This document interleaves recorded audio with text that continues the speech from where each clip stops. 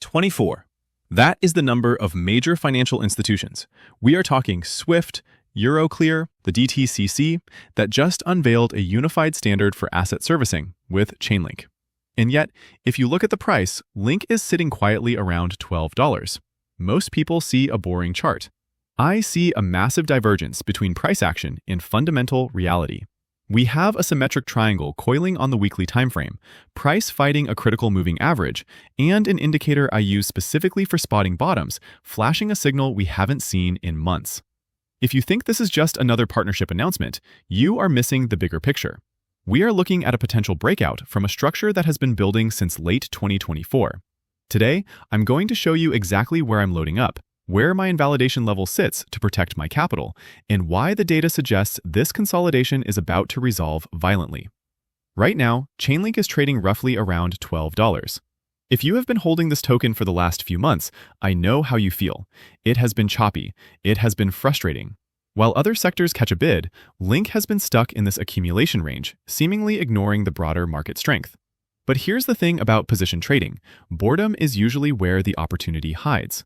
We are seeing sentiment wash out. People are tired of waiting. And that is exactly when you want to pay attention. The price action over the last 4 weeks has been compressing. We are seeing lower highs, but crucially, we are also seeing higher lows. The market is undecided, waiting for a trigger. And while the price chart looks neutral to the untrained eye, the fundamental landscape has shifted dramatically in just the last week. We have a situation where the infrastructure for the next leg of the bull run is being laid down, but the market has not priced it in yet. Usually, price leads news. In this case, the news is screaming and the price is whispering. That creates an edge. Before we get into the technicals in my exact trade setup, you need to understand why this $12 level is acting as such a fierce battleground. It's not random, it's structural. Let's look at the fundamental narrative, because this is what drives the high time frame moves.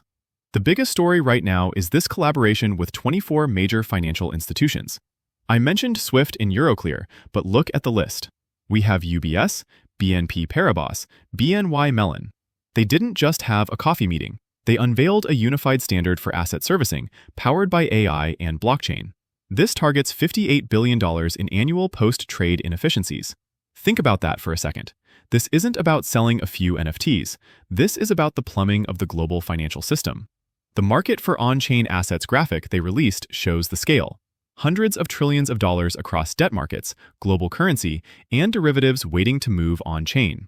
Chainlink is positioning itself as the standard for that migration. And the adoption isn't slowing down.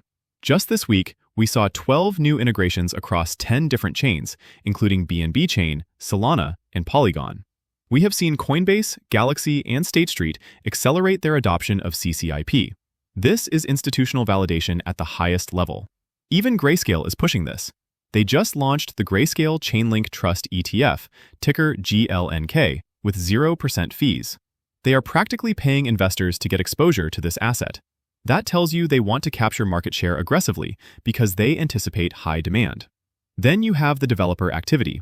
Santiment ranks Chainlink third in the entire crypto ecosystem for dev activity, sitting right below MetaMask and Starknet and above Ethereum. Price can lie, developer commits don't.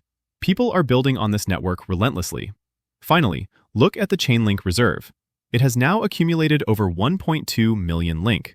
That is real revenue, real value capture from these integrations, supporting the long-term sustainability of the network.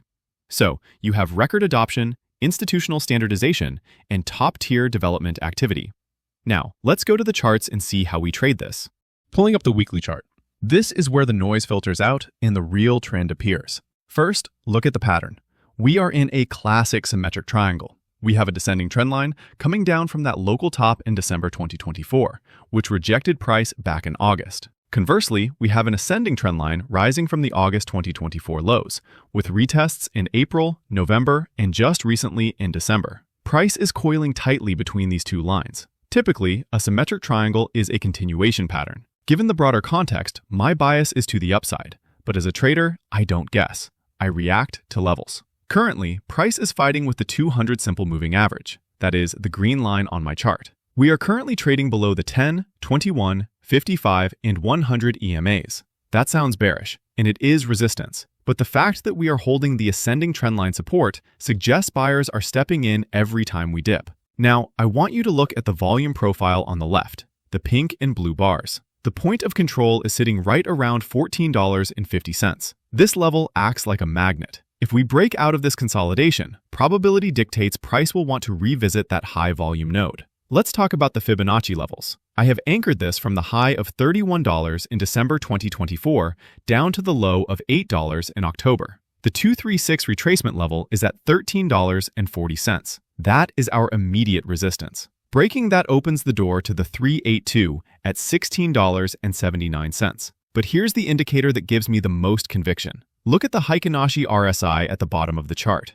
It is in extreme oversold territory. I have marked previous instances with white circles on the indicator and the price action. I have a simple rule. I like to nibble in when this indicator is oversold and nibble out when it is overbought. Historically, when the Heikin Ashi RSI is this low, price tends to bottom out and reverse. It might lag by a few weeks, but the probability of a reversal is significantly higher than a continuation of the dump. It's screaming that the sellers are exhausted. So, how am I playing this? My load zone is strictly between $11 and $14. I'm treating this current range inside the triangle as an accumulation opportunity. I'm not trying to catch the exact bottom, I'm building a position within the structure. Let's talk about risk management, because that is what keeps you in the game. My stop loss is set at $10. If we get a weekly candle close below $10, this setup is invalidated for me as a short-term trade. It would mean the ascending support line has failed, and we are likely heading lower to retest the $8 region. I would exit my trading position there and look to reaccumulate lower for my long-term moon bag. Now, for the upside targets. I'm using a trailing stop approach, scaling out into strength. My first take profit target is $17. This aligns with the 382 fib and previous structure. My second target is $19.50, the 0.5 fib level. Third target is $26. This is the top of the triangle and the 786 Fibonacci level. This is a major resistance zone. If we clear that, the higher timeframe targets are $45 and then $68 for the moon bag runners. When target 1 is hit, I move my stop loss to my entry price. When target 2 is hit, I move the stop loss to target 1. This guarantees a profitable trade once the move starts. The game plan here is asymmetric, but in the short term, everything depends on Bitcoin. I covered the BTC situation in yesterday's video, so make sure you watch that to understand the macro headwinds. If Bitcoin dumps, Link will likely test that ascending trend line again and revisit $11. But if Bitcoin stabilizes or grinds up, the coiling energy in this Link triangle, combined with the institutional news flow, suggests an explosive move is brewing. The worst-case scenario is a breakdown below $10, triggering a flush to $8. The best-case scenario is a breakout above 14, reclaiming the EMAs, and running quickly to 19. My thesis is simple. Institutional fundamentals are at all-time highs, while price is compressing at multi-year support. I'm betting on the convergence of these two realities. Remember, the chart is your map, but risk management is your vehicle. Do not trade without a plan. If you want to stay updated on this setup as it plays out, join my free Telegram community. I post faster updates there. The link is in the pinned comment below. I've also covered Uniswap recently. Check that breakdown on the screen right now. Much love for watching, never financial advice, and I'll see you in the next one.